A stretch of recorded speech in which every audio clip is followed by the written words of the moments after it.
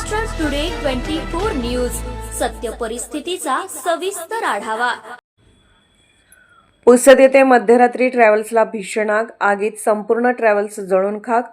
पुसद शहरातील इटावा वॉर्ड परिसरातील ट्रॅव्हल्स स्टँडवरील एका ट्रॅव्हल्सला मध्यरात्री अचानक भीषण आग लागली। या आगीत संबंधित ट्रॅव्हल्स पूर्णपणे जळून खाक झाली।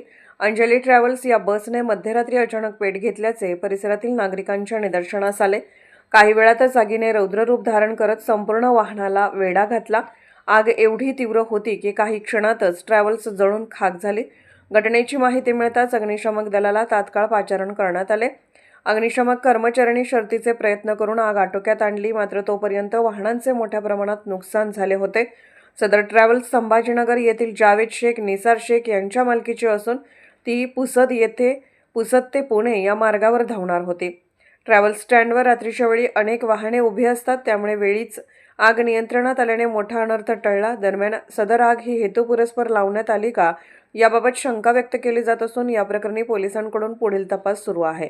महाराष्ट्र टुडे मराठीसाठी ब्युरो रिपोर्ट, पुसद, यवतमाळ।